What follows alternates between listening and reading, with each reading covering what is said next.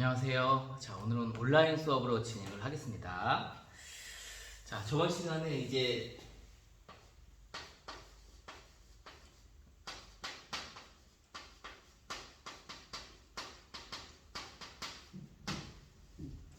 자, 1882년 이모군란이라고 하는 사건이 있었어요. 이 사건은 기존의 개화 정책에 대해서 반대하는 구식군인들과 도시 빈민들의 저항 운동이었죠. 이 이모군란이 갖는 충격은 뭐였냐면, 당시 그 개화 정책을 추진하던 개화파들 사이에서 개화 정책을 잘만 추진하면 모든 사람들이 좋아할 줄 알았는데 실제 그렇지 않았다는 것이 확인이 된 거예요. 반대하는 사람들이 많구나라는 걸 알게 된 거죠. 이 반대하는 사람이 많다는 걸 알게 된 개화 정책을 추진하던 개화파들은 그렇다면 이 반대파들을 설득을 하면서 천천히 진행할 것인지, 아니면 이들을 무시하고 확 밀어붙일 것인지를 놓고 대립을 하게 됩니다. 소위 말하는 개화파의 분화가 이루어지게 되는데요. 그 과정을 먼저 정리해 보도록 하겠습니다. 자, 이모군란 이후에 이렇게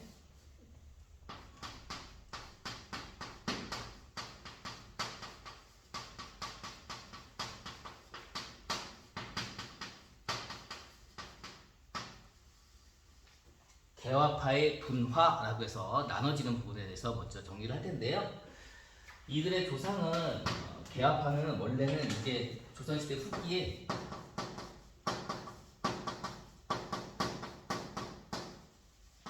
북학파라는 이름을 불렸었던 일군의 실학자들 무리에서 그 연원을 찾아볼 수가 있어요.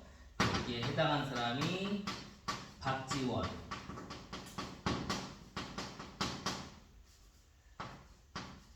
박재가,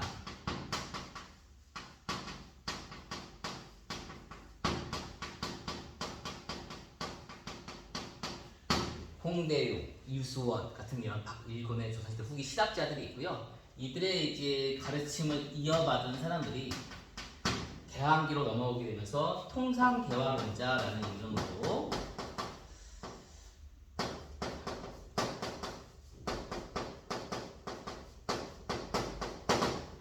탈락금 돼가지고 외국과의 문호를 열어야 한다, 또 교역을 해야 한다라고 주장을 하게 돼요. 이들의 가장 앞장섰던 리더로는 박규수라고 하는 발음하기 어려운 분이 있고요. 이분은 박지원의 손자가 되세요. 그 다음에 이제 오경석,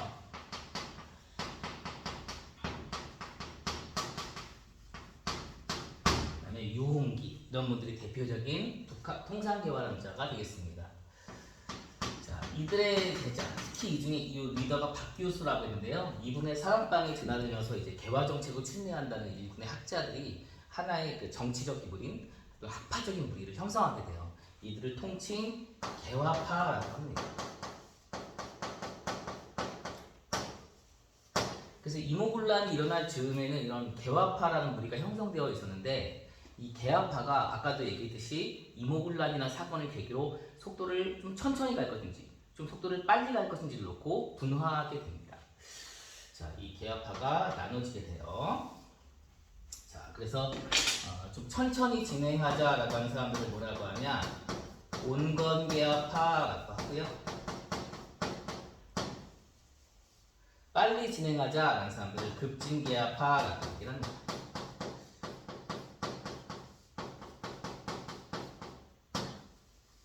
그래서 이 둘을 좀 비교할 수 있어야 되는데요. 온건개화파에 해당하는 사람은 김윤식,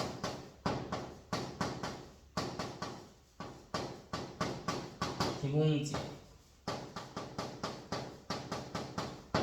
어윤중, 그 다음에 여기에 당시 집권 세력이었던 명성황후 일파가 온건개화파에 들어가게 돼요. 급진개화파의 당시 리더로는 김옥균, 가장 중요한 사람이죠. 당시 그 가장 세도 가문이 안동김 씨인데 그 가문의 적자예요. 그 다음에 박영호, 임금 철종의 사위였다고 하죠. 그 다음에 홍영시, 영의정의 아들이었다고 하는데요. 또 서광범, 이런 사람들이 주축이 돼서 급진개화파를 형성하게 됩니다.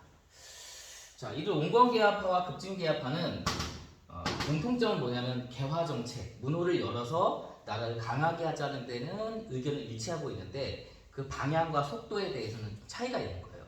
당연히 롤모델, 우리가 어느 정도 추진해야 하는 거에 대해서는 반대 방향이 있는데요. 이 온건계합화는 주로 어디를 롤모델로 하냐면 청나라를 롤모델로 합니다. 당시 청나라에서 진행되었던 양모운동이라는 게 있어요. 이 양모운동은 어떤 운동이냐면은 동양의 정신, 중국의 정신, 학문적인 거는 그대로 냅두고 서양의 기술, 군사 기술만 주로 배워오면 나라를 강하게 할 수 있다라는 식으로 개화 정책을 추진하는 거거든요. 따라서 이러한 정신을 뭐라고 하냐면 동양의 정신은 그대로 유지한 채 서양의 기술만 받아들인다라고 해서 이거를 중도서기론이라는 입장으로 취하고 있어요. 급진계합화는 주로 누구를 롤 모델로 삼냐면 일본을 롤 모델로 삼습니다. 일본에서 있던 사건 중에 메이지 유신이라고 하는 사건이 있는데요. 요걸 롤 모델로 삼고요. 이 메이지 유신은 중국의 그 양모운동과는 다르게 본인의 정신자세부터 시작해가지고 모든 것, 아니 그냥 정신자세, 기술, 뭐 의보, 생각하는 거 이런 걸 다 바꾸자라는 거예요. 이런 정신자세를 문명개화론이라고 얘기를 합니다.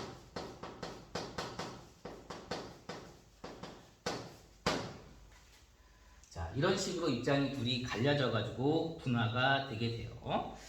당연히 온건계합화의 방법은 나의 많은 걸 변화시키는 게 아니죠. 단지 그냥 어떤 기술적인 면, 그 어떤 물질 문명적인 면만 변화시키는 거니까 이건 상당히 점진적인 방법으로 취할 수밖에 없고요. 문명개화론은 내가 갖고 있는 모든 것을 바꾸다 보니까요. 사실상 매우 아주 급진적인 방법을 취하게 됩니다. 그래서 이모군란 이후에는 이 급진계합화, 온건계합화 두 파로 나눠져 가지고 정파가 운영이 되는데 당시 집권층은 어떤 온건계합화를 지지하고 있었어요. 자, 그러다 보니까 급진계합화의 입지가 좀 줄어들고 있었는데 이들의 불만이 누적이 돼서 폭발된 사건이 발생하게 돼요. 그 발생한 사건이 1884년도에 있게 되는데요. 이 사건을 갑신년에 일어난 정치적 변란이라고 해서 이거를 갑신정변이라고 합니다. 자, 갑신정변을 좀 살펴볼게요. 자, 먼저 배경부터 볼까요? 자, 이 전에 있었던 사건이 이모군란이죠. 이모군란은 청나라 군대의 개입으로 해결이 됐어요. 그래서 이 청군의 개입 이후 청나라의 내정 간섭이 아주 커지게 됩니다.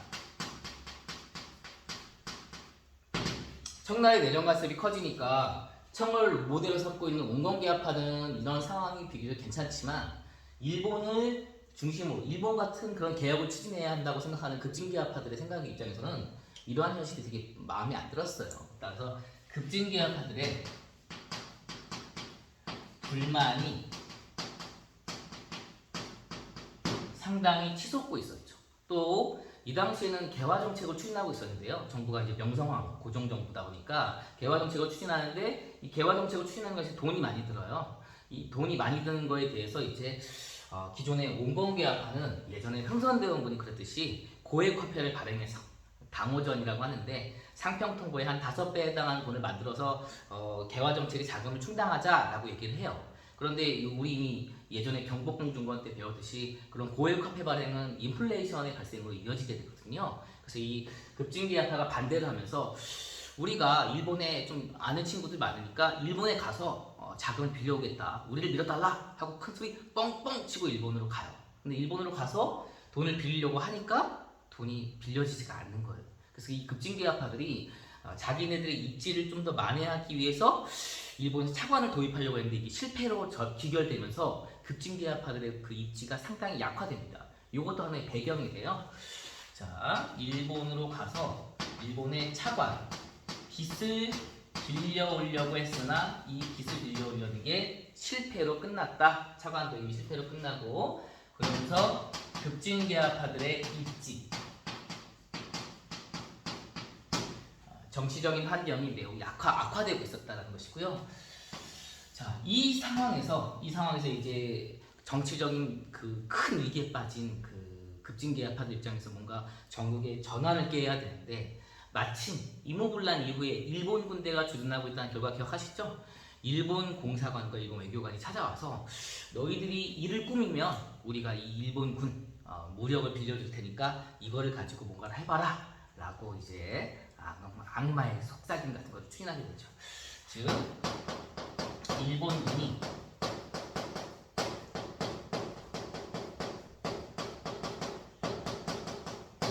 지원을 약속해요. 너희가 무슨 일을 하면 우리가 도와주겠다.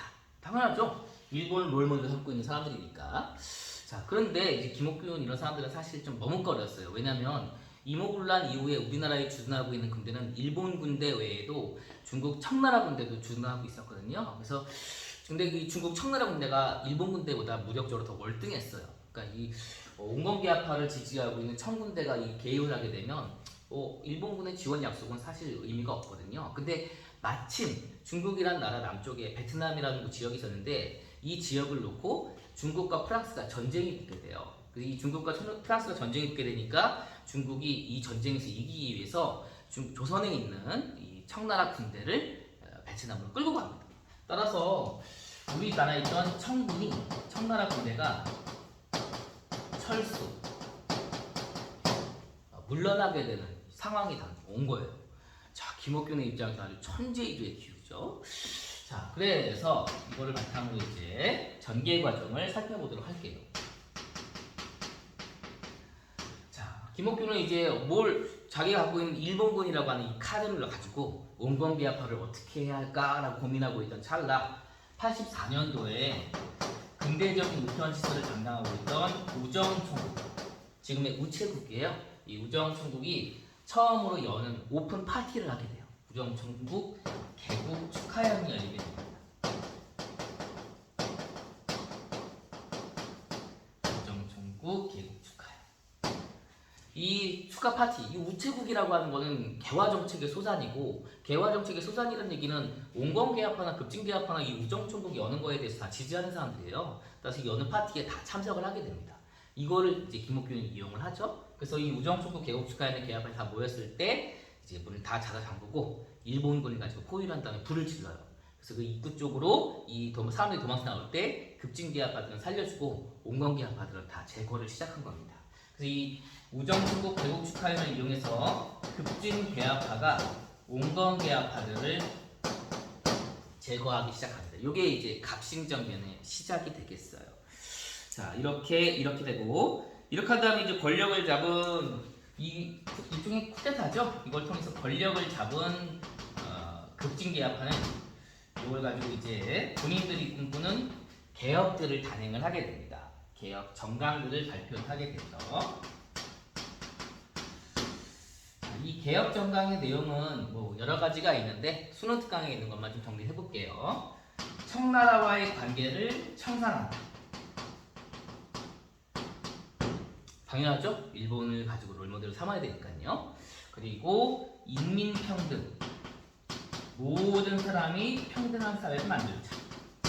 이런 것들도 개혁 내용으로 사실 되게 돋보여요. 왜냐하면 이 개혁을 추진하고 있는 김옥균, 박영희, 홍영식 같은 급진계합파들은 당시에 사회에서 내놓으라 하는 초엘리트들, 또 금수저들, 잘 나가는 사람들이거든요. 이 사람들이 자신들의 특권을 내려놓고 좀 새로운 사회를 만들겠다라고 하는 걸 천명한 거거든요. 여기에다가 능력 중시, 이런 것들을 가지고 개혁을 단행하게 됩니다. 자, 그런데 이 정변이 일어났을 때 이제 한 곳에 숨어 있었던 명성황과 이제 자기가 지금 권력을 뺏긴 상황이잖아요. 이 급진계합파들에게 안 되겠다 싶어서 중국 청나라에 도움을 요청하게 됩니다. 그래서 여기에 이제 누가 개입을 하게 되냐? 또다시 청군이 개입을 하게 돼요.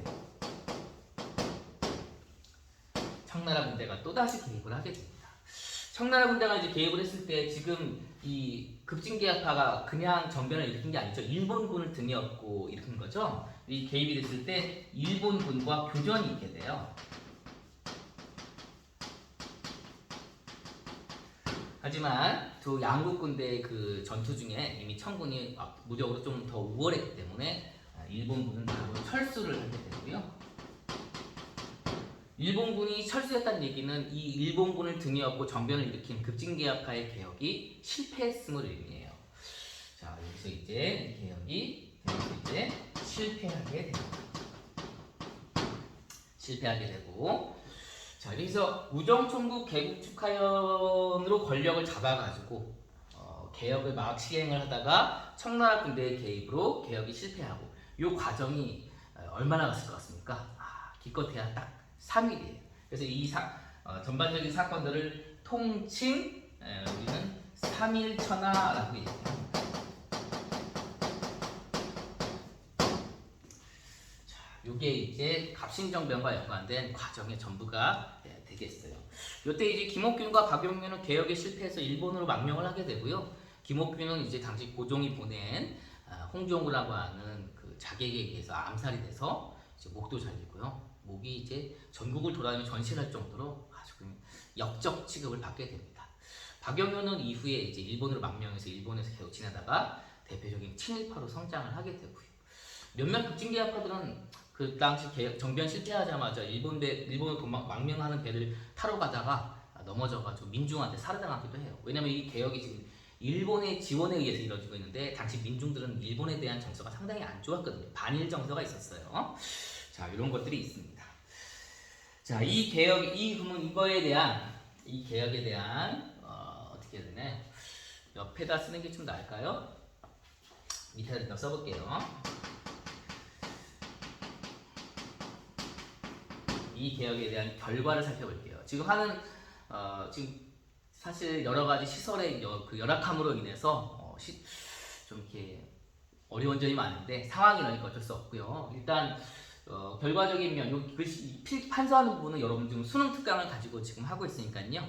수능 특강을 보시면서 줄을 치시거나 필기를 하시거나 눈을 봐주시면 되겠어요. 자, 결과는 또 쉽습니다. 왜 쉽냐? 역시 누구의 개입으로 해결됐어요? 청군의 개입으로 해결됐죠. 따라서 이 사건 이후에 청의 내정 간섭은 더욱더 커지게 됩니다. 계속 커지게 되죠. 자, 그리고 이 사건의 역시 과정에서 많은 일본인들이 다치거나 부상을 당하거나 이제 사망을 하거나 이런 일이 발생하게 돼요. 따라서 그 죽은 일본인들에 대해서 배상을 하는 조약을 체결하게 되는데, 그 조약을 한성조약이라고 얘기합니다. 한성조약은 조선과 일본 사이에 맺어진 조약이고, 이에 대해서 조선 정부가 일본에게 피해 배상금을 지불하는 조약이다라고 보시면 되겠어요. 자, 세 번째로는 어떤 것이 있느냐? 지금 어쨌든 간에 이 사건의 과정 중에 가장 크게 일어난 것 중에 하나, 생각보다 충격을 받아왔던 게 요거예요. 청군과 일본군의 교정. 두 나라는 언젠가는 조선이라는 나라를 놓고 싸울 줄 알고 있었지만 이렇게 싸우게 될 줄은 몰랐던 거죠. 둘이 아직 마음의 준비가 좀 안 됐어요. 언젠가는 일전을 벌여야 한다라는 생각을 갖고는 있지만 이게 안 되는 거죠. 자, 그러면 지금 이렇게 둘이 싸운 이유가 뭐예요? 조선이라고 하는 땅에 두 군대가 머물러 있기 때문이죠. 일단은 두 군대를 서로 물러나게 하고 마음의 준비와 준비를 한 다음에 다시 싸우자, 이런 생각으로 두 나라가 조약을 체결하게 돼요. 이 조약을 텐진 조약이라고 얘기합니다. 텐진 조약은 청나라와 일본이 맺은 조약이고요. 이 조약은 지금 조선에 머물고 있는 양우 군대를 동시에 어떻게 하자? 철수하자. 그리고 나중에 조선에 무슨 일이 생기면 동시에 어떻게 하자? 동시에 파병하자라는 내용을 담고 있는데, 이 조약이 이후 우리나라 땅에 미친 영향이 크기 때문에 생각보다 매우 중요한 조약이 돼요. 텐진 조약. 자, 되겠습니다. 여기 옆에 써도 좀 보이겠죠? 자, 그리고 이제 이 사건의 의 및 한계를 좀 살펴볼게요. 의 및 한계. 자, 보이죠? 자,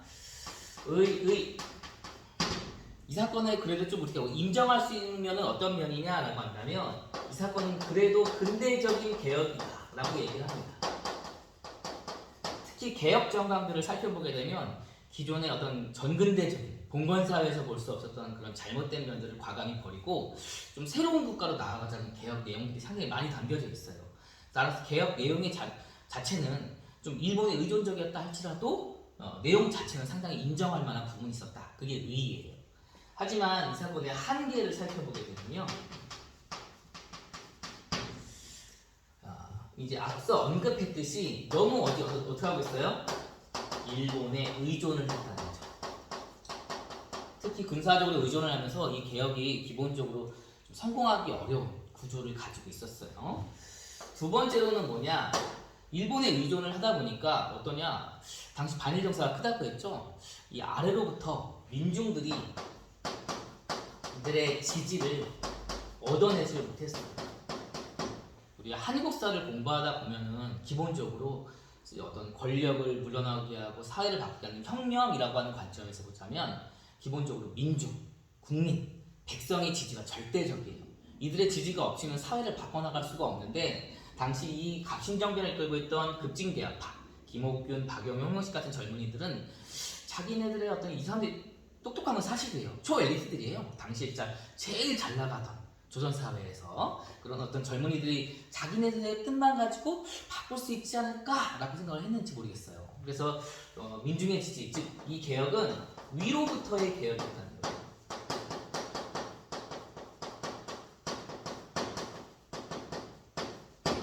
몇몇의 그 주도적인 지지층들이 개혁을 하면 사회가 바뀔 수 있을 거다라고 생각을 했던 건데 그건 오판이었던 거죠. 민중들의 지지가 없는 개혁은 결코 성공할 수가 없었던 겁니다. 이게 한계점이다라고 보시면 되겠어요. 카메라를 잠시 옮길게요.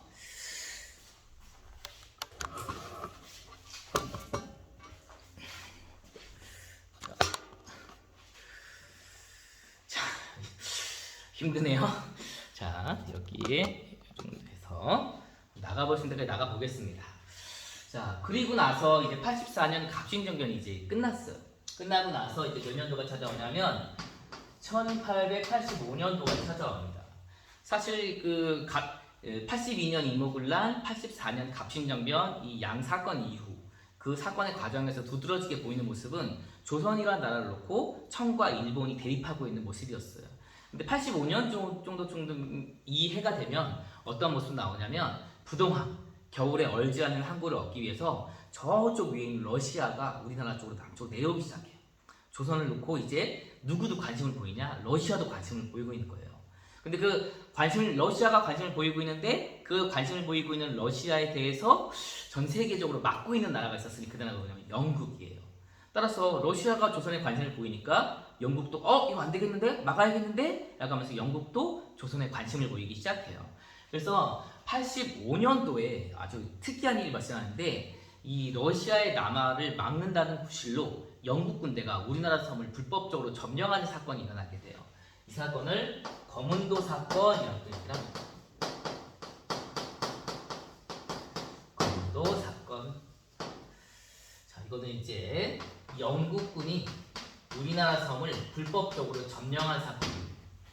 자, 이러다 보니까 이제 어떤 일이 발생하냐? 조선이라고 하는 땅덩어리를 놓고 중국, 일본, 러시아, 영국이라고 하는 네 강대국이 부딪히는 모습이 재현이 되는 이게 나타나게 되는 거예요. 그러니까 이제 많은 사람들이 이 조선이라는 나라에서 세계대전 발발하는 거 아니야? 전쟁이 크게 터지겠는데 이거 막아야겠다! 라고 하는 그런 여러 아이디어들이 나오게 돼요. 그러면서 이 전쟁을 막기 위해서 어떻게 해야 하느냐? 그 중에 나오게 되는 한 아이디어가 조선이라는 나라를 유럽의 스위스나 오스트리아처럼 어느 편에도 가담하지 않는 국가로 만들어버리자. 즉 조선을 중립국으로 만들자라는 주장이 나오게 돼요. 이거를 뭐라고 하냐? 조선 중립파론이라고 얘기를 합니다. 이 조선 중립파론을 주장한 사람으로는 두 명이 있는데요. 육일준이라는 분이 있죠. 서유경문을 적은 사람이죠. 그 다음에 추위를 잘 탈 것 같은 부들부들 부들러라는 사람이 있어요. 독일 분인데 이분도 역시 중립파론을 주장해요. 물론 실제 실현되진 않습니다. 이 상황에서 이제 몇 년이 흘러가냐? 큰 사건 없이 한 10년 정도 흘러가게 돼요. 10년쯤 흘러가면서 대망의 몇 년도가 찾아오냐? 1894년도가 찾아옵니다.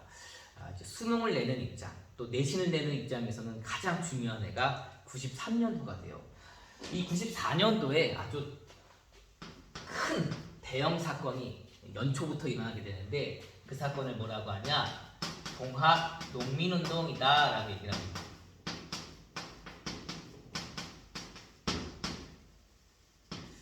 자, 동학 농민운동 아주 강력한 주제예요. 수능에도 나올 수 있고요. 수능에 나오는 경우에는 동학 농민의 과정이 나옵니다. 오늘 그 과정을 좀 살펴보고 마무리를 지을게요. 자, 첫 번째로는 이제 이전에 상황은 어땠느냐를 살펴볼게요. 동학농민운동이 일어나기 전에 이전 상황을 살펴보게 되면요. 일단 어떤 것들이 있느냐. 자, 지금 농민들 지금 우리가 주로 정치적인 사건들을 처리하고 있는데요. 이 밑에서 실제 생활하고 있는 다수 민중들, 백성들의 생활은 급격히 어려워지기 시작합니다. 지금 이제 강수로는 줄을 치는 분을 위해서 얘기하면 11강으로 넘어가요. 자, 그 과정에도 이미 76년 강화도 조약으로 개항을 했잖아요. 우리가 일본에 대해서. 그러면서 일본의 경제 침탈은 계속 이뤄지고 있었어요. 일본의 경제 침탈, 경제 침투는 계속 이뤄지고 있었다.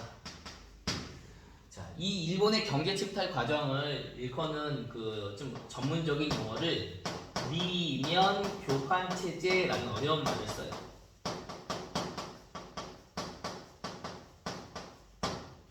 당시 일본은 산업혁명을 추진하고 있었는데 일본의 산업혁명의 롤모델은 영국이에요. 영국의 산업혁명은 주로 어떤 분야에서 시작되면 면제품 분야에서 시작이 되거든요. 그래서 일본의 주된 이 당시 산업도 면제품 같은 걸 생산하는 거였어요. 따라서 강제로 문호를 열게 된 조선과 무역을 할 때 일본은 주로 주된 수출품이 뭐냐면 면제품이었어요. 그 대신 일본이 조선으로 받아들인 건 뭐냐면 쌀이었습니다. 자, 이 과정에서 어떤 일이 발생하냐? 고가, 조선에 있었던 곡물 가격이 폭등을 하게 돼요. 일반 서민들의 삶이 어려워진다는 얘기죠. 여기에 당시 농사를 우리 짓던 농민들이요, 농사를 안 짓는 시기에는 집에서 손으로 물건을 만들어서 팔아서 그걸로 가게를 운영을 했어요. 이걸 가내수공업이라고 하는데 당시 그 가내수공업의 주된 제품이 뭐냐면 면제품이었어요. 근데 이 일본의 공장에서 만들어진 면제품이 들어오다 보니까 우리 백성들이 만든 손으로 만든 면제품과는 이게 비교가 되지 않습니다. 경쟁이 되지가 않는 거예요. 일본 면제품이 압도적으로 품질상 좋았던 거죠. 그러면서 우리나라에 있던 가내수공업이 몰락을 하게 돼요. 자, 백성들의 삶은 점점 더 팍팍해집니다. 그러면 이거를 어떻게든 당시 정부가 지켜줘야 되잖아요. 이 당시 우리나라 정부는 무엇으로 일관하고 있었느냐? 우리나라 정부의 2대 주특기, 이 당시 무능, 아무 능력이 없었어요. 여기에 그나마 하는 일이 있다면 뭐냐면 수탈이라고 해서 오히려 힘들게 살고 어렵게 살고 있던 백성들을 더욱더 이렇게 뺏어먹는 나쁜 짓을 하고 있었던 거죠. 따라서 농민들 입장에서 볼 때는요, 삶이 어렵고 이 어려운 거를 해결해주는 존재가 없죠. 점점 종교에 기대기 시작하는데 그 종교에 빠져들 때 이 농민들이 이 당시에 좀 보수적인 면이 있거든요. 서양에서 들어온 천주교보다는 동양에서 만들어진 종교인 동학에 많은 관심을 기울이면서 동학 종교 교도들이 수없이 늘어나게 돼요.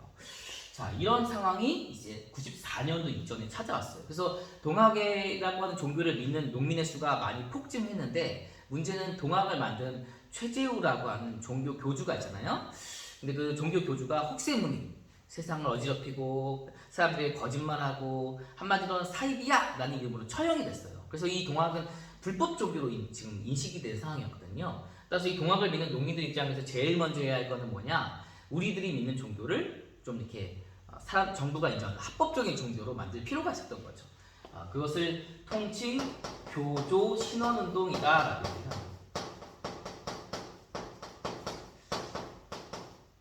교조 신원운동.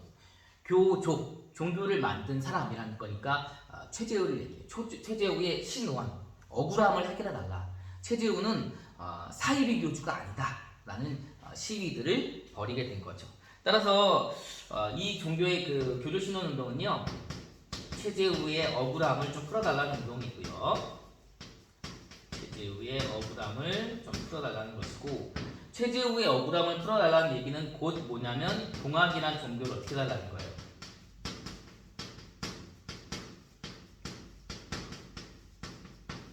합법화 시켜달라는 거예요. 이런 운동을 통칭 조조신원 운동이라고 하는데 연도상으로는 92년, 93년, 그러니까 94년 이전에 이런 일들이 있어요. 그래서 여기를 보여주는 사건으로는 삼례 집회, 삼례에서 집회를 한다거나 서울에서 엎드려가지고 상소를 올려요. 요거를 서울 복합상소, 그 다음에 보은 집회, 이런 것들이 이제 92년, 93년도에 추진하면서 점점 동학의 교세를 확장해 가기 시작해요. 잘하고 있다라고 하고 있는 거예요. 그러면서 이제 몇 년도가 찾아오냐면 94년도가 찾아온 겁니다. 자, 여기로 올라가서 해야겠네요. 1894년이 드디어 찾아왔어요. 이 동학농민운동의 전개 과정을 살펴보도록 하죠. 크게 과정은 4단계로 이루어집니다. 자, 첫 번째로 일어난 단계를 무슨 단계라고 하냐?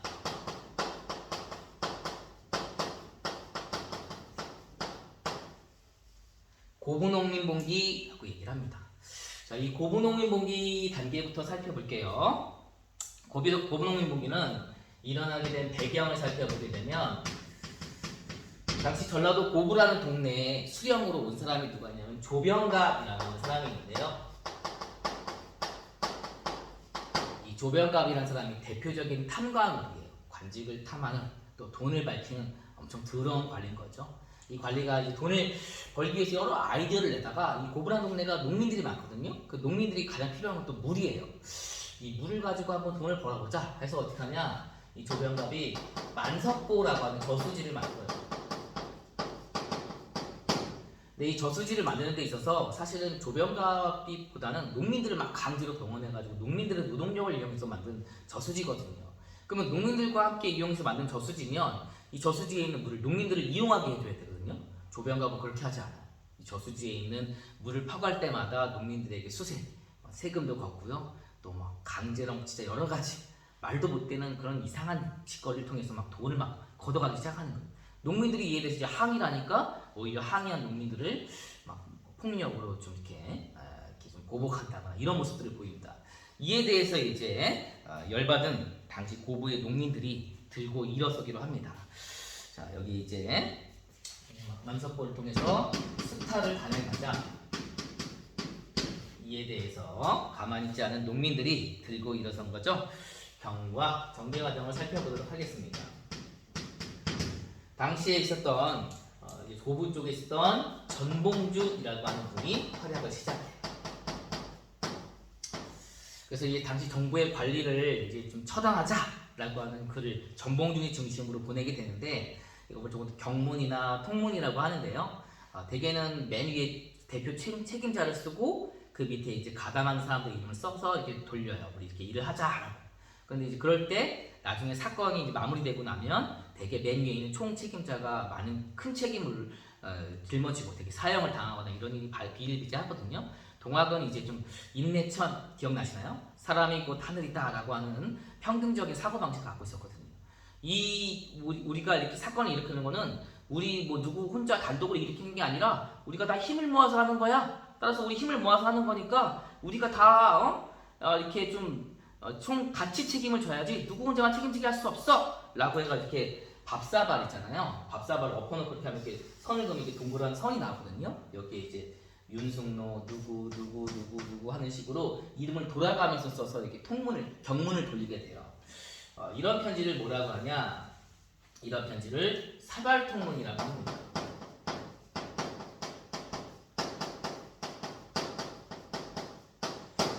전봉준은 이 사발통문을 돌려가지고 전봉준을 물리치자라고 하는 것들을 보내게 됩니다. 여기에 이제 가담한 동학 농민들이 바탕으로 해서 조병갑을 내쫓아요. 죽이지는 못했고 도망을 가가지고 내쫓고 이제 다시 그 고부에 있었던 여러 정치적인 것들을 정상으로 돌려놓은 다음에 자진 해산을 하게 됩니다. 간단하죠? 이게 첫 번째 단계 고부농민봉기 단계. 그래서 고부농민봉기 단계에서는 조병갑, 전봉준 요 두 이름만 알고 있으면 돼요. 자, 근데 어쨌든 조병갑이 썩어 빠진 수령이라 할지라도 수령이라고 하는 존재는 국왕이 파견한 사람이거든요. 국왕이 파견한 사람을 농민들이 내쫓은 거잖아요. 이 일종의 대역 사건이에요. 이제 이 사건 어떻게 된 거야? 라고 해서 중앙 정부에서 이 사건을 해결하기 위해서 관리를 파견해요. 조선시대에는 어떤 그 변란이 있을 때 이거를 조사하기 위한 관리를 안핵사라고 하는 이름으로 파견을 되는데, 이 당시 안핵사라는 관리로 이용태라고 하는 사람이 와요. 근데 이거 이용태라고 하는 사람이 역시 사고방식이 정상적인 사람이 아니에요. 이 사람도 탐관오리라고 봐야겠죠? 그래서 와서 보니까 실상을 자세히 보면은 분명히 이거는 조병갑이 잘못을 했고 전봉준이 옳은 일을 한 것임에도 불구하고 전봉준 네가 잘못했다! 라고 해서 오히려 농민 편을 더욱더 이렇게 좀 가해자로 둔갑을 시켜버리고 보고서에, 그리고 실제 그 농민들을 막 색출을 해가지고 좀 해코지를 가하고 이러는 겁니다. 이에 대해서 정부는 잘 해결해줄 줄 알았는데 그게 아니네 라고 하면서 어떡하냐, 이 전봉준이 전라도에 있는 이 동학은 이제 포적제라고 해서 당시 좀 어려운 얘기긴 한데 동학 농민 조직들이 다 지방에 퍼져 있는 상황이었어요. 그 조직들을 활용을 해가지고 전라도에 있는 농민들을 다 이제 모읍니다. 모아가지고 이건 아니잖아요 라고 일어나게 돼요. 요거를 뭐라고 하냐, 요거를 1차 분기다 라고 얘기를 해요. 1차 분기. 자, 1차 분기에 따라서 배경은 이 고분홍인 봉기에 대해서 조사하러 왔었던 안핵사 이용태라고 하는 관리가 있었는데, 이 관리가 오히려 농민들을 탄압을 한다.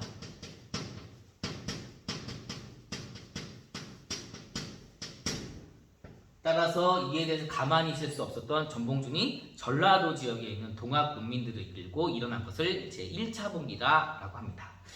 자, 이거를 경과를 적을게요. 그러면은 다음에 당시 전라도 무장이라고 하는 곳과 백산이라고 하는 곳이 있거든요. 여기에서 이제 동학 농민을 이끌고 봉기를 하게 돼요. 봉기를 해가지고 실제 이제 봉기를 하니까 이제는 규모가 달라졌죠. 일개 고부라고 하는 작은 동네가 아니라 전라도라고 하는 넓은 도에서 이제 대형 사건이 일어난 거잖아요. 이거를 진압하기 위해서 정부에서 관군이 파견돼요. 이 관군과 농민군이 일대 격전을 벌입니다. 두 번인데요. 첫 번째 전투를 황토현 전투, 두 번째 전투를 황룡촌 전투라고 해요. 그래서 이 황토현과 황룡촌에서 두 번 전투가 있게 됩니다. 근데 이 두 번의 전투에서 사실 농민군이라고 하면 기껏 해봐야 집에 있는 뭐 낫, 호미, 칼 얼마 되지도 않는, 또 군사훈련을 받으신 분들도 아닌데, 이 정부의 관군은 정식 무기를 가지고 정식 군사훈련을 받은 사람이기 때문에 싸우면 관군이 이겨야 되는 게 정상임에도 불구하고 농민군이 이겨요. 참 이 당시 상황은 뭐라고 설명하기가 어렵습니다. 황토현 전투가 이제 농민군이 조선 관군을 처음으로 격파한 날이 되고요. 이날이 한 5월 11일인가 돼요. 그래서 저번 주인가 되겠죠? 저번 주쯤에 5월 11일이 동학농민운동의 날이에요. 이제 황토현 승리를 기념하는 거죠. 여기에서 한 단계 더 나가서 어떻게 하냐? 전주성까지 점령을 하게 됩니다. 자, 전주성이라고 하는 데는 조선시대에는 그 도에 가장 중요한 도시의 이 앞자를 따가지고 도 이름을 짓거든요. 충청도, 충주, 청주, 평안도, 평양과 안주, 이런 강원도, 강릉, 원주 이렇게 따가지고 강원도 짓는데, 전라도의 가장 중요한 지역은 전주나 안주, 그 중에 전주예요. 조선도 왕실이 전주 이씨거든요. 전주 이씨의 모든 어떤 초상화라든가 보물이라든가 이런 거 다 보가 되어 있는 게 전주성인데, 그 전주성이 농민군에게 점령당한 거예요. 조선 정부로서는 너무 큰 충격이 빠집니다. 야, 이거 너무 심한 거 아니야? 라고 하는데 지금 정부 관군은 지금 연패하고 있죠. 이에 대해서 당시 고종과 명성황후는 또 무엇을 택하냐? 또다시 청나라의 도움을 받기로 합니다. 참, 당시 상황이. 그래서 결국 청군에게 도움을 요청하고 청군이 우리나라 들어오게 되는데, 충남 아산으로 들어오게 되는데, 기억나실지 모르겠는데 여기 있는 보이시나요? 텐진조약? 네, 텐진조약으로 한나라의 청일 양국은 한나라의 군대가 우리나라에 파병이 되면 다른 나라 군대가 통고를 하고 동시에 파병하게 됐어요. 일본 군대도 우리나라 들어옵니다. 인천으로. 그래서 이제 청군과 일본군이 들어오니까 이거 외세가 우리나라에 점점 개입하는 경우가 커지네? 안 되겠다 싶어가지고 전봉준이 결단을 내려요. 당시 전주성을 포위하고 있던 관군의 지도자와 협력을 해가지고 이제 얘기를 해가지고 우리는 외세가 개입하는 걸 원치 않소. 따라서 우리가 원하는 거는 농민이 중심이 된 좀 제대로 된 사회니까 우리가 요구하는 개혁 내용들을 우리가 집행할 수 있게, 또 당신들도 그 개혁 내용을 실행하시오. 그럼 우리가 알아서 물러나겠소 라고 얘기해가지고 정부 지도자와 전봉준 간의 일종의 화해가 형성이 돼요. 요게 이제 세 번째 단계입니다. 전주성 점령 이후에 요거를 세 번째 단계라고 얘기를 하고요. 요게 이제 전주 화약이라고 하는 거예요. 화약이라는 것이 체결이 됩니다. 자, 여기 배경을 살펴볼게요. 전주 화약의 배경. 자, 전주 화약의 배경으로 들어가게 되면요. 전주 화약은 조선 정부가 청군에다가 청나라 군대에다가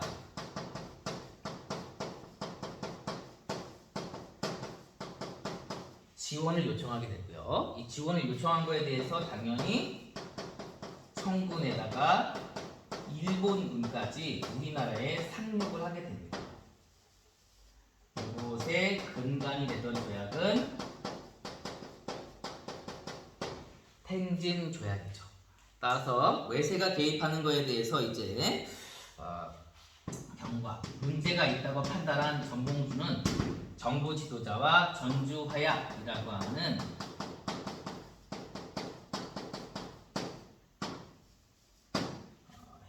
해상을 바탕으로 한 조약을 체결하게 됩니다. 따라서 여기에 이제 어떻게 하게 되냐? 전주 화약 이후에 이제 역시 중앙농민군은 자진 해산을 합니다. 이 당시 돌아가는 모습을 보면 정부보다 농민들이 훨씬 더 성숙하고 나라를 생각한다 라는 걸 엿볼 수가 있어요. 자, 그리고 나서 이제 돌아간 이제 해산을 하고 각 지역으로 돌아간 농민군들은 그 전주 화약의 내용에 근거하여 자기들 농민들이 중심이 된 개혁을 단행해요. 그 개혁을 단행할 때 중심 기구가 됐던 곳이 어디냐? 집강소라고 하는 기구가 돼요. 그래서 여기서 자기들 농민들만의